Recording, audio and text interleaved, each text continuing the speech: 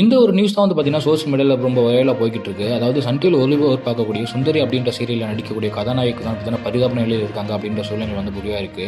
என்னங்க சொல்றது, இப்பலாம் வந்து பார்த்தீங்கன்னா, சீரியல் நடிகை, ஆக்டர்ஸ் எல்லாருமே வந்து பார்த்தீங்கன்னா இறந்துட்டு இருக்காங்க. அந்த நியூஸ் வந்து பார்த்தீங்கன்னா, ரசிகர்கள் மத்தியில ரொம்ப அதிர்ச்சி ஏற்படுத்தியிருக்கு. என்ன நடந்தது, ஏது நடந்தது அப்படின்றத பார்க்கலாம். சன் டிவில ஒளிபரப்பாக்கக்கூடிய சுந்தரி அப்படின்ற சீரியல் வந்து நம்ம டாப் 10 சீரியலா இருக்கு. மக்கள் எல்லாமே விரும்பி பார்க்கக்கூடிய சீரியலா இருக்கு. எல்லாருமே வந்து பார்த்தீங்கன்னா விரும்பி பார்த்துட்டு இருக்காங்க. அதேமாதிரி டிஆர்பில வந்து பார்த்தீங்கன்னா ரொம்ப பெரிய ஒரு இடத்த பிடிச்சிருக்கு அப்படின்னு சொல்லலாம்.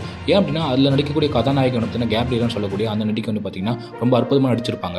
இந்த சுந்தரி அப்படின்ற சீரியலோட கான்செப்ட் என்ன அப்படின்னா, ஒரு கருப்பின மக்கள் வந்து பார்த்தீங்கன்னா எப்படி வந்து வாழ்க்கையில் முன்னேறணும் அப்படின்ற மாதிரி காமிச்சிருப்பாங்க. அந்த கேப்ரியல் அப்படின்ற பொண்ணு வந்து பார்த்தீங்கன்னா கருப்பினமாக இருக்கும். அதனால கிராமத்தில் இருக்கும். அது எல்லாருமே மட்டன் தட்டி பேசிட்டு இருப்பாங்க. அது எல்லாமே வேஸ்ட்னு சொல்லிட்டு இருப்பாங்க. அது எப்படி வந்து பார்த்தீங்கன்னா சமுதாயத்தில் ஒரு பெரிய இடத்துக்கு வருது அப்படின்ற மாதிரி காட்டுறது அந்த சீரியல் இருக்கும். அதனால வந்து பார்த்தீங்கன்னா நடுத்தர மக்கள் எல்லாருமே பார்த்தீங்கன்னா அந்த சீரியலை விரும்பி விரும்பி பார்ப்பாங்க. அந்த அளவுக்கு ஹிட்டான சீரியலாக ஒன்று இருக்கு.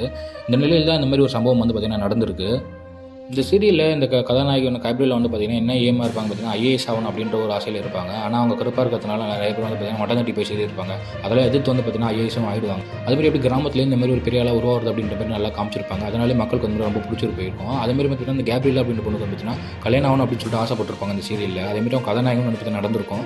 ஆனால் அந்த ஹஸ்பண்ட் வந்து பார்த்தீங்கன்னா அவங்க கூட பேசாமல் பழக்காமல் தனியாக இருப்பாங்க. அதுவே ஒரு பெரிய வருத்தத்தை ஏற்படுத்திட்டு இருக்கும். இந்த மாதிரி சென்டிமெண்டலாக இருக்கிறதுனால நிறைய பேர் விரும்பி பார்க்குறாங்க. டிஆர்பியில் ரொம்ப முக்கியமான இடத்தை பிடிச்சிருக்கு. சன் டிவியில் ஒளிபரப்பாக்கக்கூடிய எதிர்நீச்சல் அப்படின்னு சீரியலுக்கு அப்புறம் இந்த சீரியல் ரொம்ப வந்து நல்ல ஒரு இடத்தை பிடிச்சிருக்கு அப்படின்னு சொல்லலாம்.